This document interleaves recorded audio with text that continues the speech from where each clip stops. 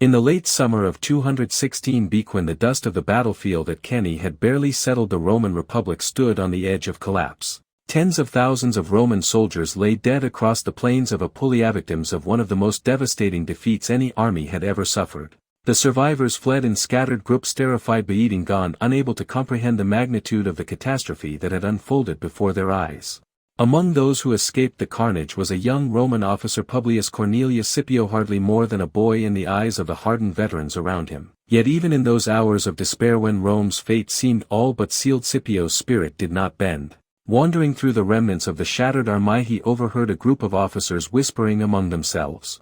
They spoke not of regrouping or rallying, but of running away, off abandoning Rome for safer lands. Convinced that the Republic was doomed, Scipio could not accept such cowardice.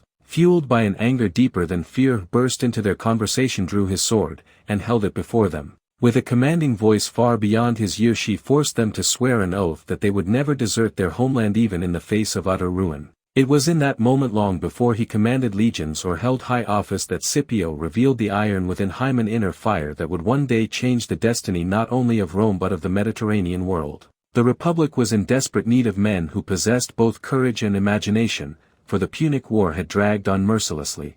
Hannibal, the Carthaginian commander whose mastery of strategy had stunned every Roman army sent against him, roamed freely through Italy, winning victories with a brilliance unmatched in generations. Many of Rome's most experienced commanders had been slain. The Senate, now faced with shortages of leadership, made a decision that stunned even the most seasoned politicians. They appointed Scipio, at just 25 years of age, to take command of Roman forces in Spain. No one so young had ever been entrusted with such a mission. Spanish territory was the beating heart of Carthaginian power, the source of Hannibal's money, manpower, and experienced generals. The appointment seemed reckless to some, but Scipio's presence, confidence, and keen mind inspired loyalty in the weary soldiers who gathered under his banner. When he arrived in Spain, he found a land fractured by shifting tribal alliances and hardened by years of war. Carthaginian commanders, including Hasdrubal and Magastil, held strong positions, yet Scipio did not waver. He studied the terrain, observed the enemy's habits, and acted with a boldness that caught his opponents completely off guard. One of his earliest triumphs was the audacious capture of New Carthage, the most important Carthaginian stronghold in Iberia. Studying the tide, Scipio realized that the water level near the city's walls dropped dramatically at certain hours. Using this knowledge, he launched a surprise attack that allowed Roman soldiers to wade through previously impassable waters and breach the defenses. The fall of New Carthage sent shockwaves across the region. Scipio not only captured the enemy's treasury and armory, but he also released many Iberian hostages whom the Carthaginians had held as leverage. This act won him the goodwill of several tribes, helping him build alliances that previous Roman commanders had been unable to secure.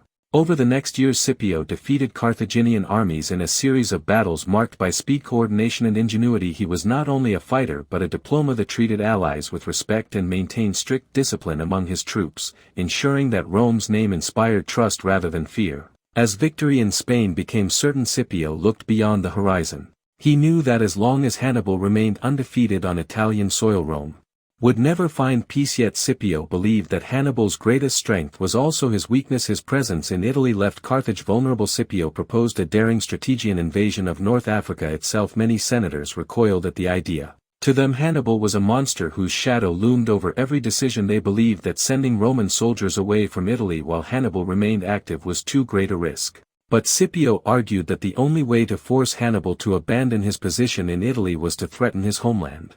The debate raged for months, and although opposition remained fierce, Scipio's reputation and personal resolve eventually secured approval. With veteran soldiers, new allies, and the loyalty of the Numidian prince Massinissa, he set sail for Africa, embarking on one of the most ambitious campaigns in Roman history. The African plains greeted Scipio with challenges as formidable as any he had faced. Carthage, alarmed by his arrival, scrambled to assemble armies under Syphax and Hasdrubal Gisco. These forces greatly outnumbered Scipio's side. He overcame them through cunning rather than brute strength. One night, after careful planning, Scipio launched a coordinated surprise attack on two enemy camps, simultaneously setting them ablaze and catching the Carthaginians completely off guard. The devastation was overwhelming. Many who survived swore that the earth itself had seemed to burn with each victory. Scipio tightened his grip around Carthage's hopes. In desperation, the Carthaginian leadership recalled Hannibal from Italy. After years of brilliance on foreign soil, the great general returned home to defend his people. The stage was set for the final confrontation, a clash between two commanders whose names would echo through history. In 202 BC, On the open plains near Zamathi, destinies of Rome and Carthage collided. Hannibal, mindful of Scipio's growing reputation, arranged his forces carefully. His front line contained dozens of war elephants, massive beasts whose thunderous charge had shattered countless enemies. Behind them stood ranks of Carthaginian infantry mercenaries and the hardened veterans who had marched with him through Italy. Hannibal himself rode calmly along the lines, his presence inspiring both awe and reassurance, but Scipio had prepared meticulously for this moment. He arrayed his legions in unusual formations, deep columns separated by wide lanes. These corridors empty of men stretched across the battlefield like funnels. When the elephants charged and the Roman trumpets blared, the beasts panicked. Many veered into the lanes Scipio had created. Where they were struck down from the sides, others turned back in confusion and trampled their own comrades. The chaos among the Carthaginian lines gave Scipio the opening he needed. With perfect timing signaled his infantry forward while Massinissa's cavalry swept around the flanks. The clash was ferocious, but the Roman formation held firm. Eventually the Carthaginian army broke and Hannibal, acknowledging defeat, retreated from the field. The Second Punic War, which had drained Rome of blood and treasure for nearly 2 decades, had come to an end. Carthage sued for peace, agreeing to harsh but carefully measured terms. Scipio ensured stability rather than annihilation.